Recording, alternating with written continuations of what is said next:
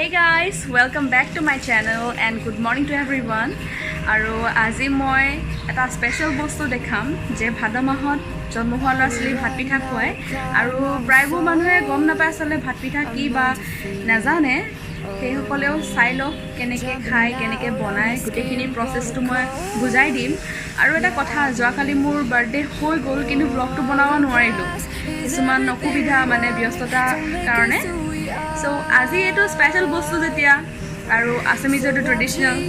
ভাদ মাহত ল'ৰা-ছোৱালী জন্ম হ'লে এটো খুৱাব লাগে সেইবাবে এটো আপোনালোকে চাই থাকক আৰু কেনেকুৱা লাগিলে কমেন্ট সেকশনত বুজাই দিব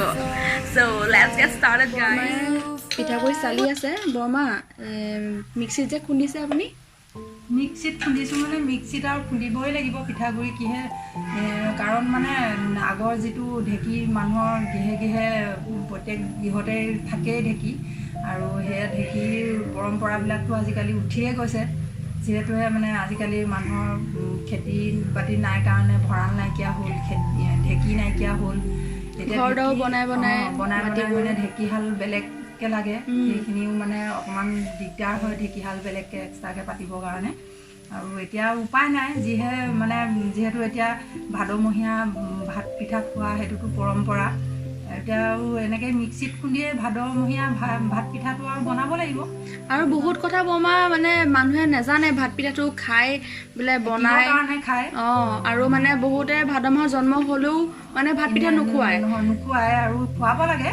এইটো ভদিয়া ল'ৰা-ছোৱালী থাকিলে বা ভদিয়া মানে ঘৰত বৃদ্ধই হওক এইটো খুৱাব লাগে তাৰমানে আগৰ এইটো মানে পৰম্পৰা আৰু ভদিয়া পিঠা খোৱাটো আৰু এনেও ধৰক খেতি থকা সকলেতো আৰু নাঙল ধোৱা পিঠা বুলি খেতি উঠা বুলি এনেকৈ খায়েই আজিকালি সেইবিলাকতো উঠিয়ে গৈছে এইটো সেইখিনি নিয়ম কৰি থাকিলে ভাল আৰু হয়নে আমাৰ অসমীয়া পৰম্পৰাটো বজাই ৰাখিব লাগে ইংলিছতো বাৰ্থডে কেক কাটে আমি অসমীয়া ভাত পিঠা খাওঁ আমি অসমীয়া আৰু আমাৰ ভাত পিঠাটো এইবিলাক হৈছে আমাৰ অতীজৰ মানে নিয়ম যিবোৰ আমি এৰিব নোৱাৰো আৰু সকলোকে কওঁ এইখিনি এৰিব নালাগে নিয়মখিনি পালি থাকিলে ভাল হয় আমি অসমীয়া পৰম্পৰা এৰিব নালাগে আৰু মুঠতে আমাৰ নিজৰ যিখিনি আমাৰ সংস্কৃতি আমাৰ এৰি দিয়াটো মানে ভুল আৰু বাৰু আমি এতিয়া বনোৱা প্ৰচেছটো দেখাম হয় নাই বামা অলপ পিছত হ'ব আৰু এইখিনি কামখিনি কৰি লওঁ আমি ঠিক আছে বাৰু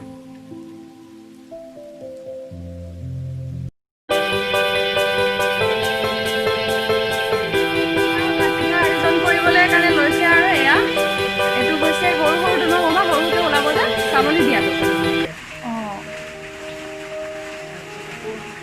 যিটো এনেকৈ মুঠিয়া বনায়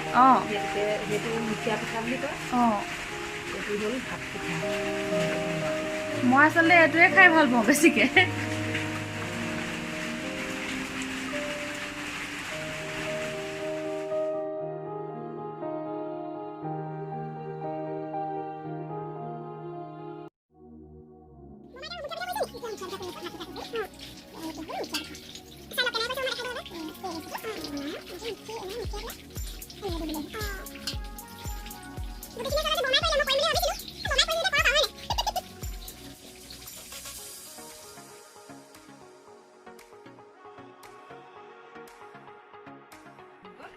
ভাত পিঠাও হ'ল আৰু মুঠিয়া পিঠাও হৈ গ'ল অৱশ্যে মুঠিয়া পিঠাটো বৰ বিশেষকৈ সৰুকৈ বনোৱা নাই কমকৈ বনাইছোঁ মুঠিয়া পিঠাটো চবেই ভাল নাপায় যে ভাত পিঠাটোহে ভাল পায় হয় ভাত পিঠাটোৱে ভাল পায় সেইটো কাৰণে মুঠিয়া পিঠাটো কমকৈ বনোৱা হয়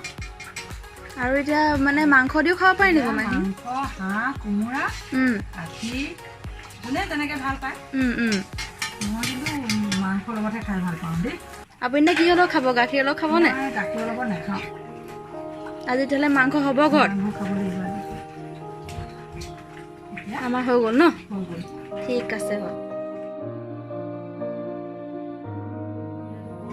আমি আমাৰ যিখিনি পৰম্পৰা সেই ভাদ মাহত বোলে পবিত্ৰ ভাদ মাহটোত যোনে জন্ম হয় সেই জন্ম হোৱা উদ্দেশ্যে বোলে ভদিয়া পিঠা খুৱাব লাগে বুলি কয় আমি সেয়েহে প্ৰভু ভগৱন্তৰ চৰণত বোলে এগছি ধৰ্ম বন্তি দুজনীমান ধূপ পুষ্প জ্বলাই এই পিতৃ আৰু কন্যাক আমি ভদিয়া পিঠা আগভাগ কৰি পেলাই দিয়া হৈছে ইয়াতো যদি দিয়া থোৱা কোনোবাখিনিত যদি আমাৰ ভুল ভ্ৰান্তি হৈছে সকলোখিনি যেন ক্ষমা কৰি প্ৰভু ভগৱন্তই কোনো যেন প্ৰমাদৰ ভাগি নকৰি তেওঁবিলাকক যি মনত বাঞ্ছা কৰি পেলাই সেৱা ধৰিছে সেৱা যেন সম্পূৰ্ণ প্ৰভাৱী কৰি প্ৰভু ভগৱন্তই যেন তেওঁবিলাকক যেন সদায় ভালে ৰাখক পিতৃ আৰু নিজৰ সন্তান সবাৰ প্ৰতি মংগল কৰি প্ৰভু ভগৱন্তৰ চৰণত যেন সেৱা ধৰি থাকিব লাগে জানে কণিকা খাই দিব কৃষ্ণ হৰি ৰাম কৈছা কৃষ্ণ ভাত পিঠা খালোঁ বনোৱাৰ পৰা আদি কৰি খোৱালৈকে আপোনালোকক দেখালোঁ সেইকাৰণে কেতিয়াবা মন গ'লে ভাত পিঠাটো বনাই খাব পাৰে আপোনালোকৰ ঘৰত আৰু মই দেখুৱালোঁ এইটো কাৰণতে কাৰণ ভাত পিঠা আজিকালি দিনত মানে মানুহবিলাকে বনাবলৈ মেলিবলৈ বেয়া পায় কিছুমানৰ ঘৰত ঢেঁকী নাই হয় আমাৰ ঘৰতো নাই বাৰু কিন্তু আমি মিক্সিতে পিছিলোঁ আৰু বনাই খুৱাব লাগে আচলতে ভদিয়া মানুহক আমি ভাদ মাহত জন্ম হোৱা পাপা আৰু মই সেইকাৰণে খালোঁ বহুত ভাল লাগিলে দিনটো আমাৰ টিকলি চবেই মিলিজুলি খালোঁ